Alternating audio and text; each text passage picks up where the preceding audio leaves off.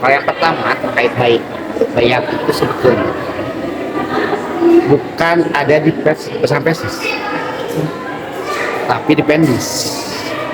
Jadi bayat itu awalnya diinisiasi oleh Pak Natsir ya, untuk guru-guru pendis yang melamar menjadi pengajar di pendis awalnya.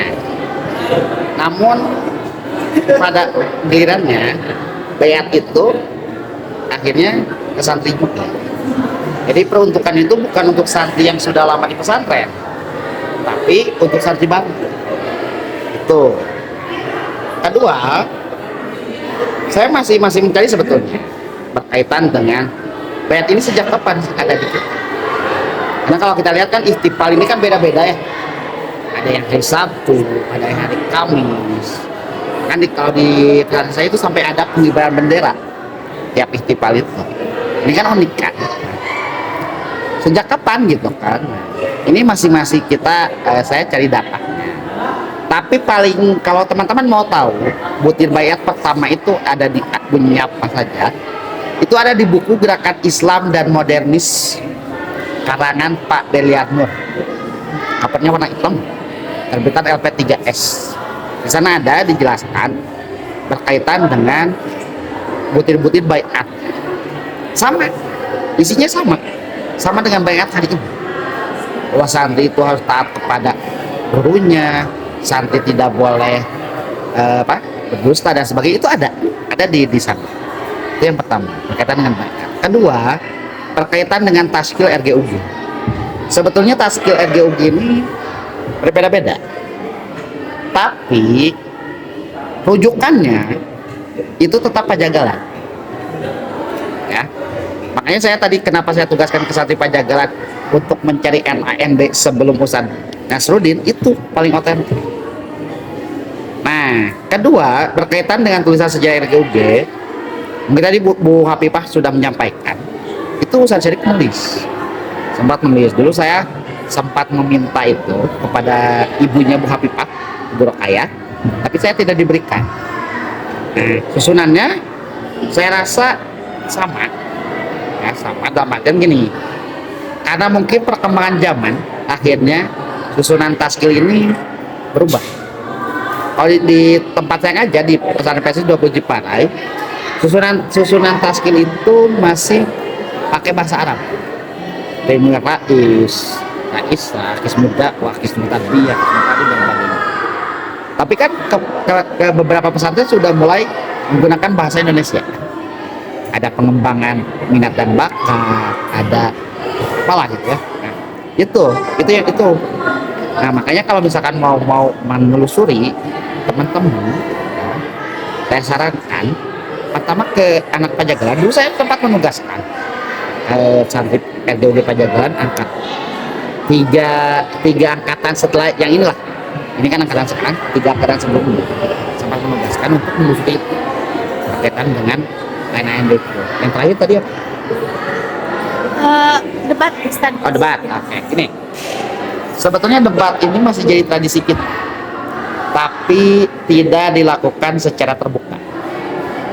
Contoh, kemarin beberapa hari yang lalu lah ya, kalau teman-teman aktif di Instagram, Ustadz Hilman Indrawan itu kan sempat melemparkan ya, ada satu topik yang dilemparkan seorang mahasiswa tafsir di Universitas kita itu loh. Dia mengatakan bahwa Hasan itu persis. Ya, sekarang kita sudah tahu ya, persis bukan Hasan itu juga persis. Nah, perdebatan itu kok tidak dilakukan hari ini persis? Hari ini persis itu sebetulnya masih, jadi masih ada beberapa tokoh yang memang masih seperti itu. Tradisi debat ini terus berlangsung. Jadi dari Hasan ke Ustadz Abdurrahman, dari Ustadz Abdurrahman ke Ustadz Usman, dari Ustadz Usman ke Ustadz Aceh. Ustadz Aceh itu tempat debat terbuka dengan lawan-lawan, baik debat secara terbuka, debat tertulis, guru-guru kita melakukan. Nah, hari ini kenapa hal itu tidak dilakukan? Sebetulnya dilakukan, cuman karena mungkin persis hari ini ingin menyesuaikan kehadirannya ya. Jadi persis yang kata Pak Pedersbill di bukunya disebutkan galak dan tegas itu mulai melunak. Tapi Tapi jangan disalahartikan. Melunak di sini bukan dalam artian PSIS akhirnya harus menyesuaikan dengan yang ada, tidak. PSIS tetap tegas. Hingga perdebatan seperti itu dilakukan PSIS dengan cara yang lebih aman. Ya. Dulu saya pernah protes beberapa orang kawan saya lah yang mengatakan bahwa ahli debat di PSIS hari ini itu adalah Ustaz Amin. Iya, saya katakan iya. Tapi harus jadi satu titik tolak juga. Apakah perdebatan hari ini masih relevan? Kan yang dikhawatirkan dari perdebatan itu kan jadi debat kusir, betul kan? Kalau dulu guru-guru kita selesai debat mereka itu bisa makan soto bareng. Pak Isa Ansori dengan Pak Aidit itu kalau debat dia itu nggak bisa. Pak Aidit kekeh dengan komunisnya, Pak Isa Ansori kekeh dengan Islam. Tapi kan endingnya malah makan soto, makan sate, macam kerama. Bahkan pertanyaan pertama Pak Isa Ansori, Pak Aidit ke Pak Isa Ansori, beliau nanya, Pak Isa Ansori, Anda itu kan calon anggota PNI, karena Pak Aidit tahu Pak Isa Ansori itu pengagum Soekarno. Tapi kenapa sekarang malah jadi ketua umum PSIS? Jawabannya apa? Kata Pak Isa Ansori, kalau dulu saya tidak diberikan majalah pembela Islam oleh Natsir, saya tidak akan menjadi ketua umum PSIS dan berinya hasil. Jadi sebetulnya yang dikhawatirkan hari ini mungkin oleh guru-guru kita itu tidak akan ada debat yang istilahnya bisa seperti itu. Debat itu kan kita berharap ada solusi. Ya. Mohon maaf, ketika teman-teman misalkan melakukan lomba debat, saya sering melihat kok orang debat tidak pernah menguraikan solusi, tapi malah lebih kepada mempertahankan gagasan, benar kan? Nah dulu Pak Aidit dengan Pak Isa Ansori debat itu dia punya gagasan masing-masing, termasuk Hasan ketika berdebat dengan Ustaz Abdul Rahman. Kita tahu Ustaz Abdul Rahman ini bukan orang PSIS, tapi orang NU dulu. Hijrah ke PSIS karena kalah debat dengan Hasan. Hasan kan mengembalikan, kalau Anda mau menerima pendapat saya silahkan, kalau tidak pun tidak jadi masalah. Sama seperti ketika perdebatan itu terjadi antara Ustaz Rodli dan Ustaz Mas Sedek. Kan bedanya Ustaz Mas Sedek dan Ustaz Rodli itu duel. Jadi 1 lawan 1. Jadi berantem lah. Nah, karena kita tahu kan Ustaz Mas Sedek kan pendekar. Suruhkan kan. Sama kan Ustaz Rodli juga pendekar kemarin. Tapi sama pertanyaan Ustaz Mas Sedek dengan pertanyaannya Hasan Ustaz Abdul itu sama. Anda sudah kalah, tapi saya tidak akan memaksa Anda untuk ikut saya. Gitu. Silahkan Anda pikirkan betul-betul sebelum Anda memutuskan untuk menjadi bagian dari saya. Jadi memang tradisi itu yang hari ini hilang. Contoh lagi, ketika membahas, ada nggak membahasa akhirnya mau maaf yang tidak baper? Contoh lah, kayak kemarin ketika teman-teman Lembang mengadakan konferensi RGU. Ya, mohon maaf, bisa jadi di forum itu sepakat. Tapi apakah menjamin ketika keluar di forum mereka? Betul tidak? Nah ini, tradisi inilah. Makanya, betul. Kaderisasi Hasan itu, kenapa Hasan selalu melibatkan murid-muridnya dalam setiap ketika beliau ingin berdebat? Karena itu. Karena dia ingin murid-muridnya itu tetap bisa menjaga marwah walaupun dia berhadapan dengan lawan. Nah kita hari ini, mohon maaf, ketika berdebat tentang komunisme, kita boro-boro, ada nggak yang hatam Das Kapitalnya Karl Marx? Kan kita taunya komunis itu begini. Pak Isa Ansori meneliti DNA itu dia itu baca dulu karyanya Marx, Engels dan sebagainya, baca dulu. Hingga dia paham kenapa Pak Aidit bisa galak kepada Pak Isa Ansori, karena dia juga baca pemikirannya Pak Isa Ansori, falsafah perjuangan Islamnya dibaca, Mujahid dakwahnya dibaca, semuanya dibaca.